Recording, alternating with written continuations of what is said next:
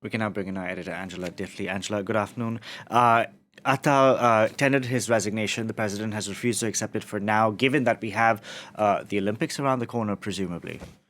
Yeah, that is clear and clear to all. And Macron said the communique that was issued after this, it was explicitly said that Attal had been asked to stay on to ensure the stability of the country. This is not a time to have France wobbling just ahead of the Olympics. Inevitably, there is instability because nobody knows what is going to happen next. Nobody knows what the next government might look like. We know that Attal will not be Prime Minister unless he is rechosen. That is not a possibility that can be ruled out either. What looks most likely at the moment is some sort of centre-left government. We saw that this left bloc won the highest number of votes last night. Within that bloc is a far-left component. Emmanuel Macron has made clear he doesn't want them anywhere near government. Neither, of course, does he want the far right anywhere near government. So it's the next biggest number of votes within that far left, that left-wing bloc, which won last night, are the socialists, mainstream socialists. It's possible that they might form some sort of coalition with the centrists of Macron's and other various smaller parties. That's possible. That throws up a very interesting possibility of perhaps the person chosen to be Prime Minister being former President François Hollande.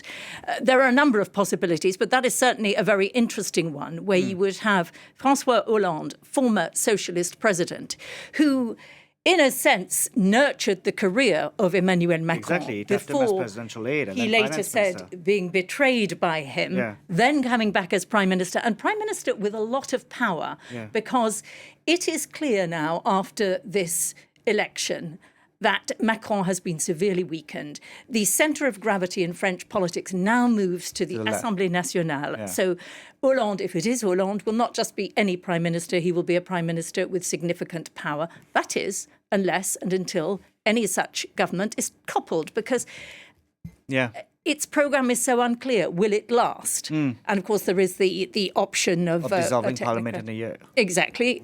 Anything could happen. Yeah, with Macron, we'll see. Let's talk about the far right, because yes, they didn't come out ahead like they wanted to. They didn't get the absolute majority they wanted to, but their seat share in parliament has never been so large. So it's still a victory for them, even though they're not going to be getting the Prime Minister's post.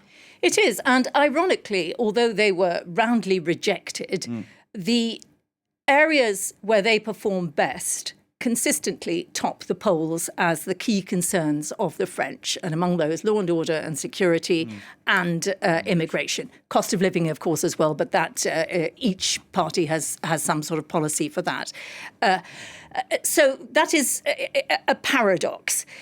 The reality is that if you look at the Rassemblement National manifesto, much of it would sit comfortably in a centre-right or right-wing government in many countries in Europe. They planned, for example, to not make citizenship automatic if you were born in France to two foreign parents. That is already the case in, for example, Denmark. They planned to restrict some welfare benefits, some medical aid to foreigners. They planned to perhaps to curtail the rights of some people to have family reunited immigrants coming in. All of those things you find in very many mainstream right-wing manifestos. So it's not so much what they were promising, it's the fear that were Marine Le Pen then to become president in 3 years, they might become much more radical.